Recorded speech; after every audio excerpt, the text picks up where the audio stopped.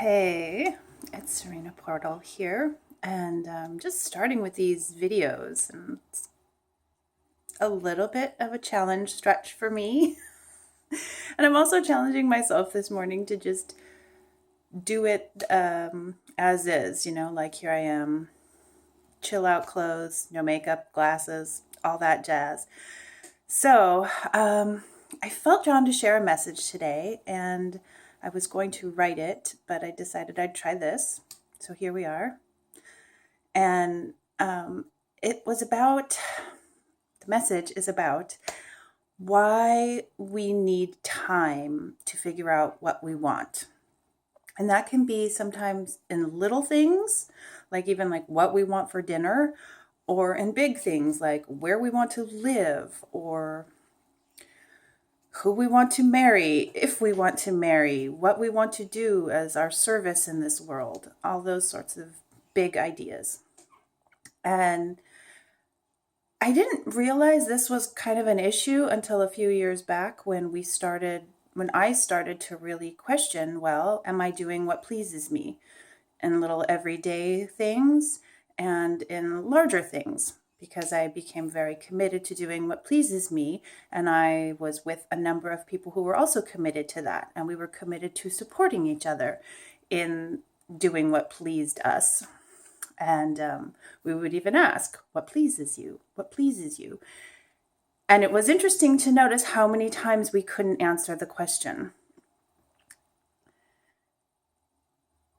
I realize that's because from the time we're born, what pleases us doesn't really matter to the people around us most of the time.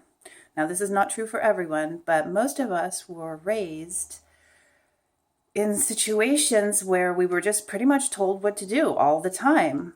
Even from the time you're a baby, you pop out of the womb and they're putting you on a schedule. They're giving you formula, telling you when to eat, telling you when to sleep. And then that's true as we get older. Certainly you get into school, you've got to do what they tell you to do. You can't even go to the bathroom without asking. I mean, it's really, really controlling the way our society treats babies and children in most cases, and adults, because that's all training to then get you into your perfect factory job or military job, or to just toe the line the way that you're supposed to, not to do what comes forth from your true heart.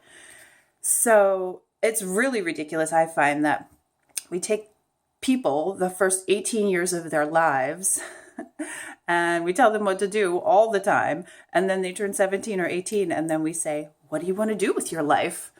And they have no clue. There's no way to know what to do with your life at that point because you've never been allowed to make a decision. You've never been allowed to listen to the calling of your own heart. I mean, I'm generalizing here, but it's by and large pretty true in most of our society. So I really learned that when I was examining what pleases me, I needed to just take some time with it. I couldn't just know right away. And that's okay. It's okay to take your time. It's okay to rest. It's okay to not know. It's okay to need to figure it out over a period of time. All of that is okay. You don't need my permission. But sometimes getting permission from someone helps. And I've thought about this stuff a lot. So it's really just letting go of this conditioning of just doing what pleases everyone else. I mean, there's so many of us that have that.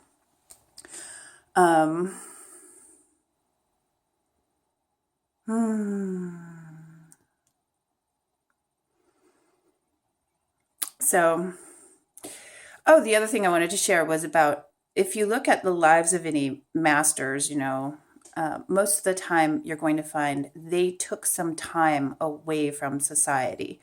There's those whole lost years with Jesus, and Buddha like wandered all over the place. I mean, he might have been in society. I don't know. But, and some of the modern day masters I know of pretty much like just took a few years and did nothing. And I think that can be really helpful because that helps us get in touch with who we are. That helps us know ourselves so that we can make those choices from a place of power. This is part of the reason I'm for basic income, but that might be another video. So I think it's really a masterful thing to do, to take that time for yourself. And it may be practical for you, may not be. There's a good chance it's not that practical to take a ton of time, but you're worth it. And we're all worth it. And the more that we connect to our true hearts and our true genius, we give back something so much more powerful. And that's, to me, not the reason to do it because that puts like a thing on you. Because this is all about, for me, living a freer, more happy life that's more in the flow, that allows us more grace and ease and joy. So I guess that's all I have to say right now. And I hope you find that helpful. And I have a lot more stuff going on at serenaportal.com. I'm sure this will be very rough right now, this video, but people seem to like videos, so I'm going to play around with it and just see what happens, because that's how I like to create. I'm learning like that. To me, that's the most exciting thing of this new time we're in. It's just like, it doesn't have to be perfect. Like, just create in the moment from what your heart wants to share. And this is what my heart wanted to share today. So much love.